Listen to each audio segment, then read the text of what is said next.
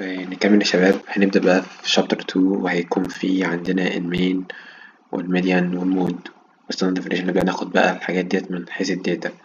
طيب، أنا محتاجك تعرف الأول إن أنا في الشابتر ده هيتكلم عن الميجر أوف ستاندرد ديفينيشن، إن أنا أبدأ أحسب القيم ديت عن طريق إن أنا أوجد المين والمود شبه ما قلت. طب أول حاجة هبدأ بيها هي المين، وهو بنسميه المتوسط الحسابي.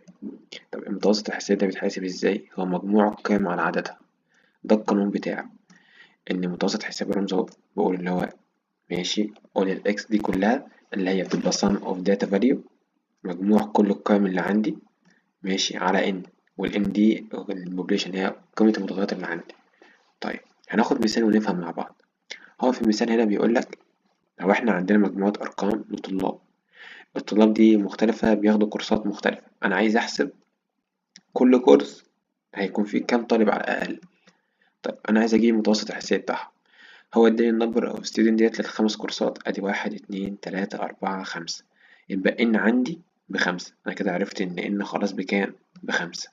طيب، انا عايز بقى اعمل ايه؟ انا عايز اجيب مجموع القيم، ماشي، بتاع كل الكورسات دي اللي هي دي ودي ودي والاتنين وعشرين وتمنتاشر، هجمعهم واقسمهم على خمسة. مجموع القيم على عددها، 106 على خمسة طلع بواحد وعشرين واتنين من عشرة.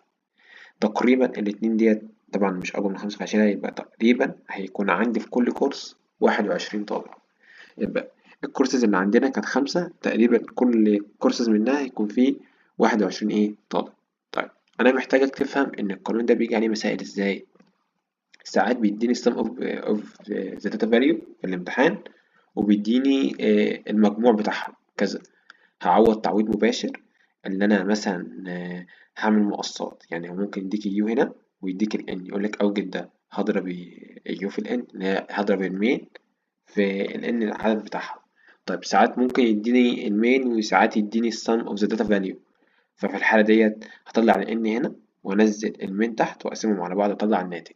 تمام، فهو بيلعب في القانون عن طريق التعويضات بس، يعني حاجات بديهية. هناخد مثال تاني دلوقتي، وعايز اقول لكم ان مش كل القيم هنستخدم فيها المين. يعني في قيم بتشيز عشان كده نروح نستخدم ميديان، بس ده بعد كده هفهملك بشكل اكتر. لو احنا خدنا مثال هنا فهو نفس المثال اللي فوق، بس في حاجة حصلت في كوالتاتر حصل كده، اللي احنا لو نلاحظ كل القيم هي 18 و18 22 22 25 25 26 26، ال 15 دي بقت كوالتاتر، يعني بقت 75. طيب ده هيغير في قيمة المين اللي احنا بنحسبه؟ اه طبعا، مش القيمة زادت يعني هتأثر عليه بالزيادة. ماشي، اما اجي اجمع القيم واقسم على n فهيديني ان كل كورس من الكورسات دي هيبقى فيه 33 طالب. فايه اللي حصل هنا؟ حصل تأثير. هو انا بيقول لك ان الملاحظة اللي عايز يوصلها لك انك لو احنا زودنا او غيرنا ماشي في القيم، فده بيأثر على الداتا اللي عندي. وده شفناه في المثال بتاع اتنين واتنين، ماشي، والاتنين وواحد اللي احنا غيرنا قيمة الخمستاشر دي خلينا كام؟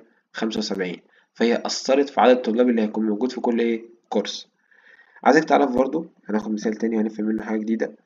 لو أنا عندي هنا المثال بيقول إن أنا عندي هي سبع، يعني أنا هنتظر بعض الوقت في مثلا أنا في بنك أو واقف على شباك مثلا، ماشي، واخد تيكت تذكرة. التيكت ديت لزبون، الزبون ده واقف على الشباك، فأنا عايز أعرف مدة كل واحد واقف عند الشباك قد إيه، وهو مديني الوقت بتاع التيكت لكل واحد. طيب أنا بعمل إيه؟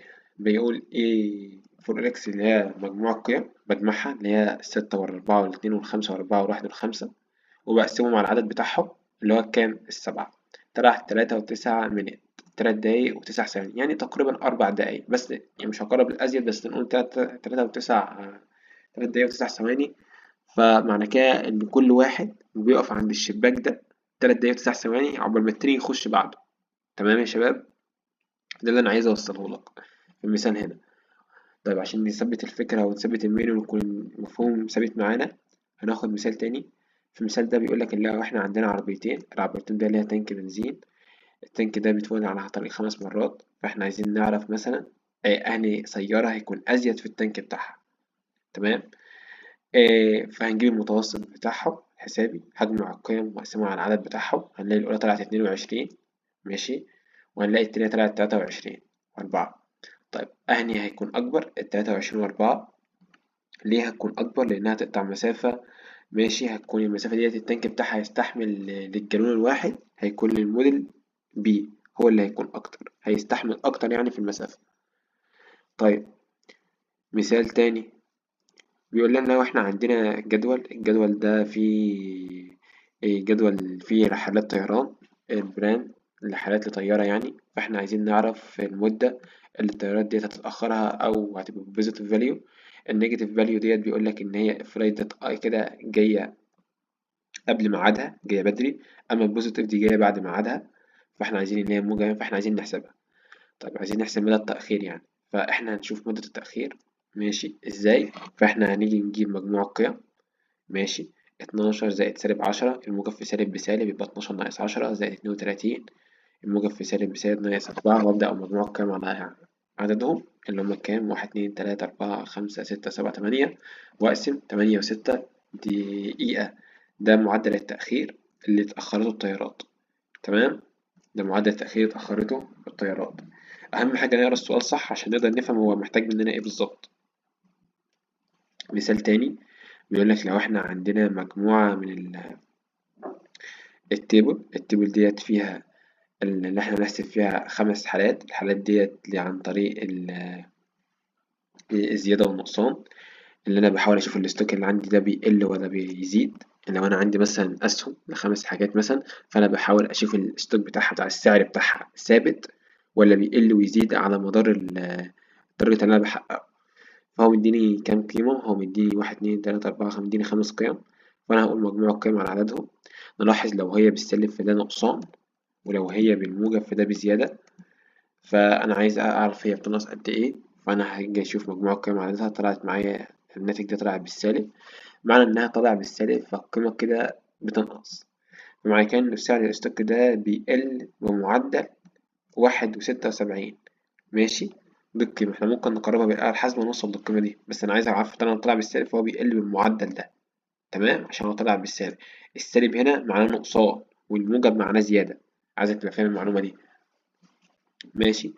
طيب هنقف عشان الفيديو ما يكونش طويل، هنقف هنا لغاية المثال ده، وإن شاء الله من الفيديو الجاي هنحل أمثلة برضو بس بشكل مختلف عشان ناخد كل أفكار المية.